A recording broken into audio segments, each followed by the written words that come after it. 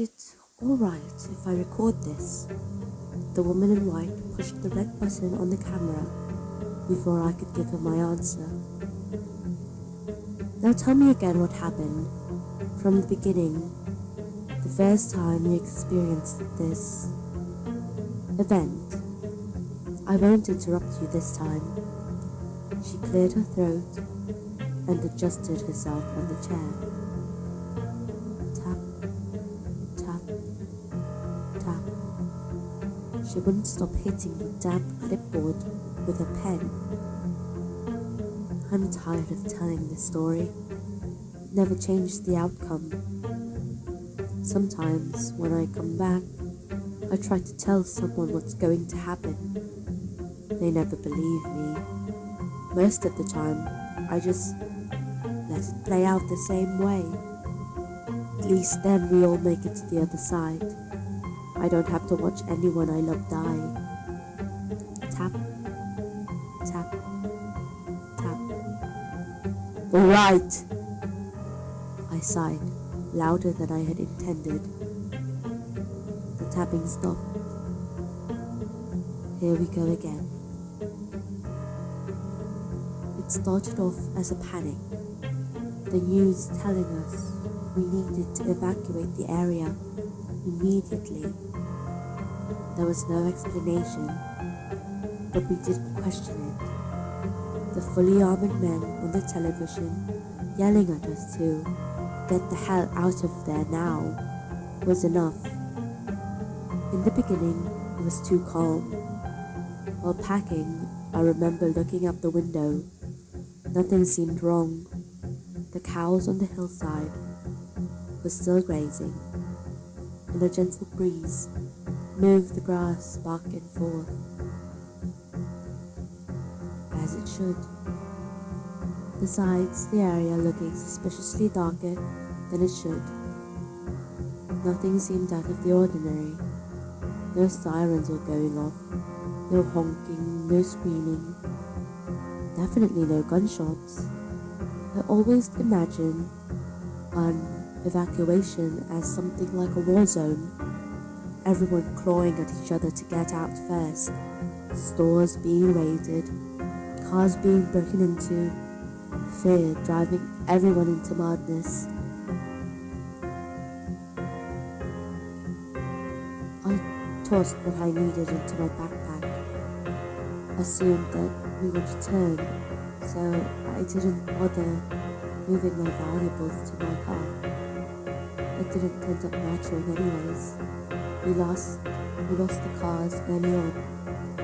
We never did return home, and I'm betting my entire room has a thick layer of dust covering it. My house is on their side of the treaty line down, you see. But I'm sure as hell won't cross that line again. I always end up dead in the worst possible ways. Far worse than the experiments they do. That's how I've come to be like this, restarting this nightmare over and over. But I'll get into that later. I could feel the eyes of the people behind the glass watching me. I had managed to bypass a lot of the securities, and for a 5'2" out of shape woman, I'm betting that was pretty impressive for them. Our first thought was to drive east. We live on the west coast, do you see? So any emergency we could think of involved natural disasters. We considered the toxic spill or the power plant might have been the reason behind the evacuation. That's why we drove inland.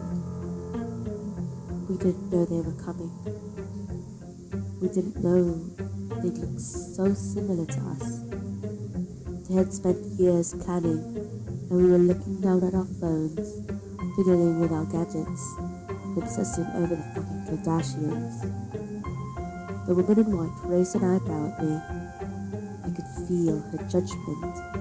Maybe it was my cursing she didn't like. Or maybe she was a fan of the Kardashians. Who the fuck cares? She'll likely be dead in a few weeks anyways. Sorry, I looked down at my hands. My nails were long and had black glittery nail polish on them. I should really change that when I wake up again. It always freaks me out. We planned to make it just far enough past California to avoid problems and thought of the whole inconvenience as a road trip. The GPS took us through the fastest route, but the farther we got inland, the slower traffic got. Everyone must have had a similar idea to us and decided to put distance between themselves and the ocean. This was the first mistake we made. It made us sitting ducks. The blackout came as a wave. It started with the cars in the front and slowly made its way down the road. Vehicle after vehicle lost power. All our electronics went black. We sat vulnerable, waiting. That's when they came.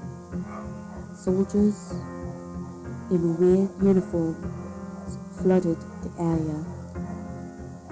I can't even remember how they got there. Isn't that weird? They looked so similar to us. The hands and eyes were covered. We didn't know. We had no idea who they are, what they were. We thought. I couldn't finish the sentence.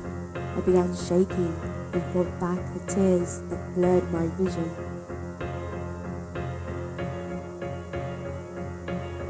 I've lost count of how many times I've told this part. It never gets easier. I remember the overbearing noise of knocking before it happened. 3 knocks to be exact. It was a massacre. It began with an elderly woman who attempted to speak to one of the soldiers.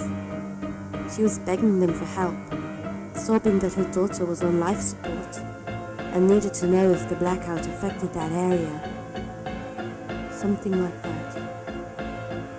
The soldier's neck twisted in an unnatural way. His head twisted almost completely around to look at her. The woman was too upset about her daughter to notice, but we saw it.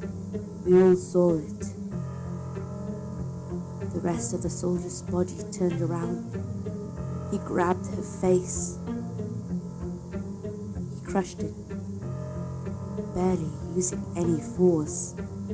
I can still hear her screaming before he shattered her jaw and tore her tongue out, the blood spewing from her mouth, her eyeballs hanging from the socket.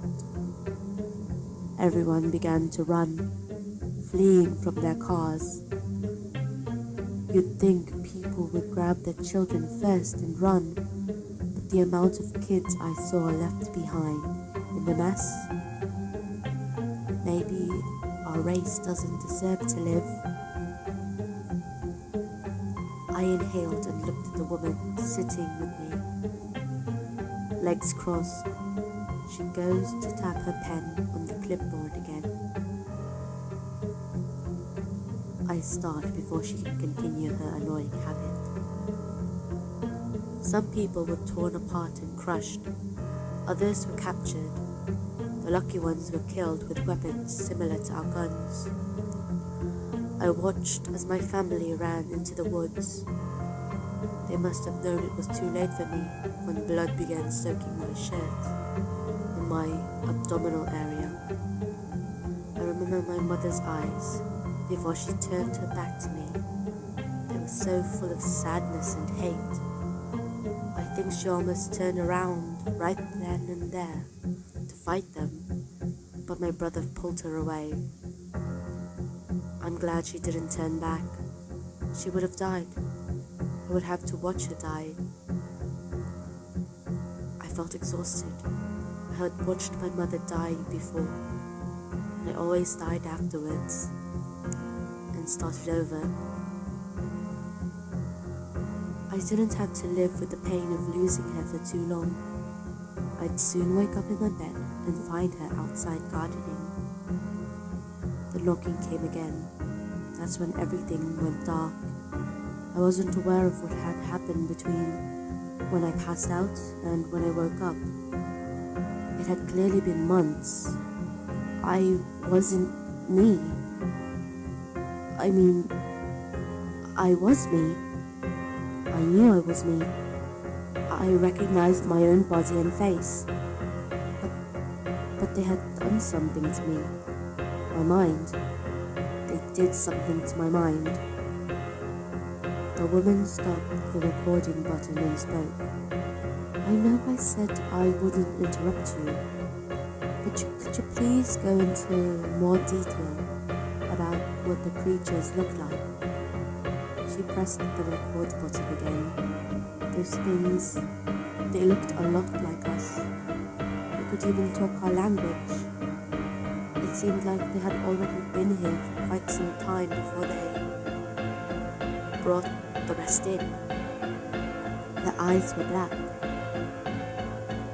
I don't mean the iris. I mean the whole damn eye. The nails were black too. Not naturally though. They're mortified. Something to do with only allowing one of their species to use their weapons, access the technology, sort of like a thumbprint scanner, just a lot more advanced. Their bodies could move in inhumane ways, twisting in directions that shouldn't be possible. I stopped by the sound of a woman tapping a pen again. I didn't know why it had upset me so much. My heart began to race and I tried to calm myself. Alright, we have enough. You can stop speaking now. She smiled back at me. Tap, tap, tap. You see, we made a few mistakes. You being one of them. She puckered her lips as she spoke. Tap, tap, tap. I could feel my heart stop. Sweat began to form on my forehead. This is too soon. I need to die right now. I need to reset. I could hear the faint sound of knocking on the door to her left. 3 knocks to be exact.